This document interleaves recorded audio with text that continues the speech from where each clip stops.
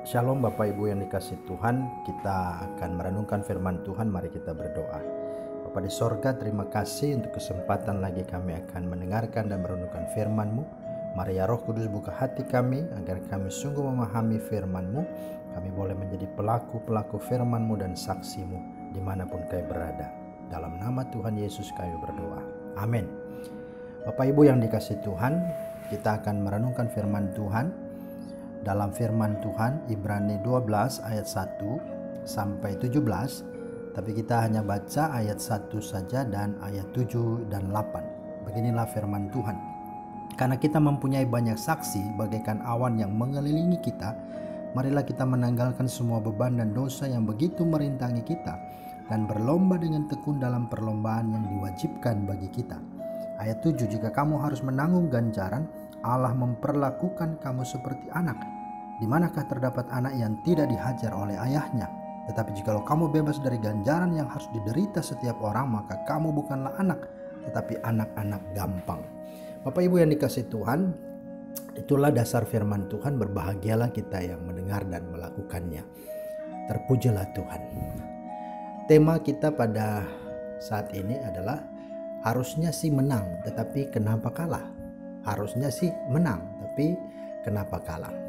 Nah Bapak Ibu yang dikasih Tuhan, ya tidak lagi menjadi rahasia bahwa dalam hidup ini sering terjadi sebagaimana tema ini.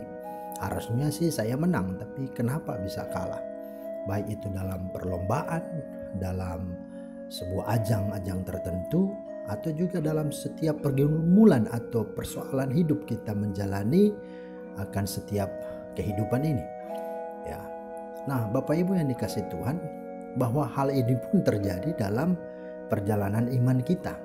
Ya, mungkin ya bisa jadi dengan demikian kita bisa berkata bahwa Tuhan hendak menguji setiap kita, atau mungkin Tuhan mengizinkannya karena Tuhan punya maksud dan rencana yang lebih baik dari yang kita pikirkan.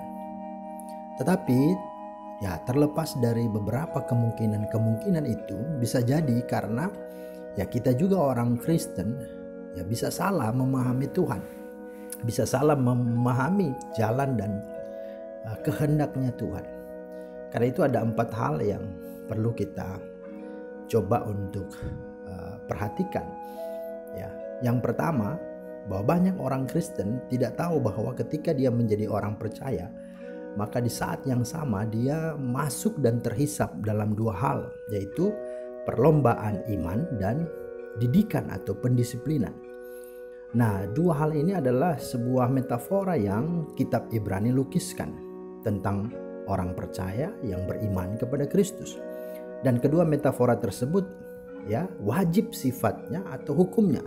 Kalau kita baca ayat 1c, di sana dikatakan dan berlomba dengan tekun dalam perlombaan yang diwajibkan bagi kita, Ayat 7 juga berkata bahwa Allah memperlakukan kamu seperti anak.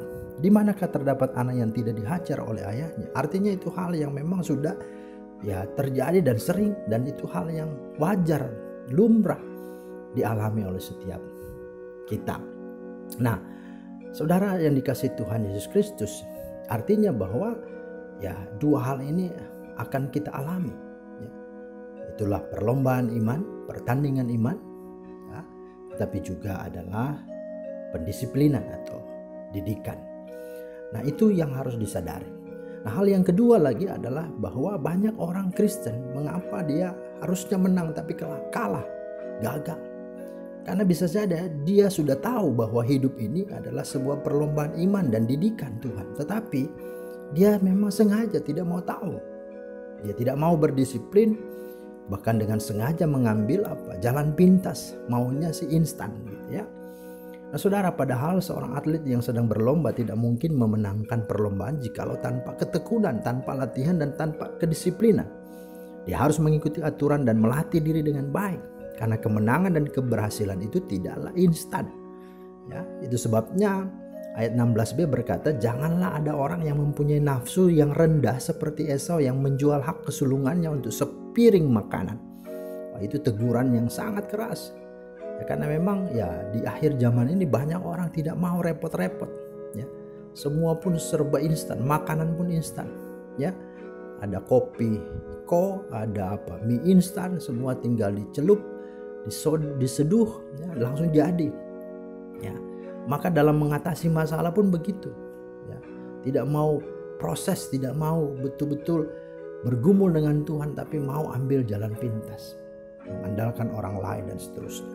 Nah, saudara-saudara yang dikasihi Tuhan, inilah yang terjadi. Nah, hal yang ketiga, mengapa banyak orang seharusnya menang tapi kalah, gagal?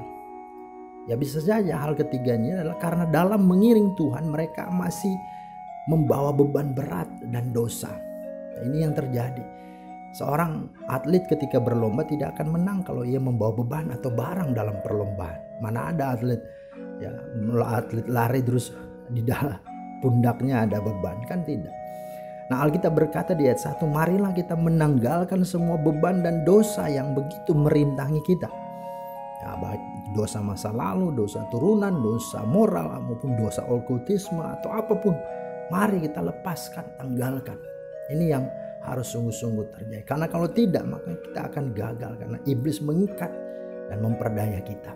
Nah, hal yang keempat, mengapa banyak orang harusnya sih menang tapi kalah, gagal? Yang keempat adalah karena mata rohani mereka bukan tertuju kepada Yesus, tetapi kepada sesuatu. Apa itu? Itulah materialisme. Apa itu? Itu juga bicara tentang apa? Pengakuan diri dari orang lain.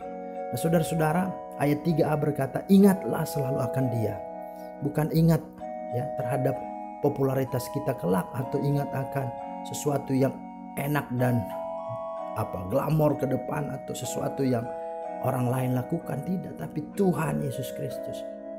Nah, dalam kitab Yosua firman Tuhan berkata, janganlah menyimpang ke kanan atau ke kiri, supaya engkau berhasil dan beruntung kemanapun engkau pergi. Itulah rahasia mengapa Yosua berhasil, tapi tidak hanya berhasil tapi beruntung.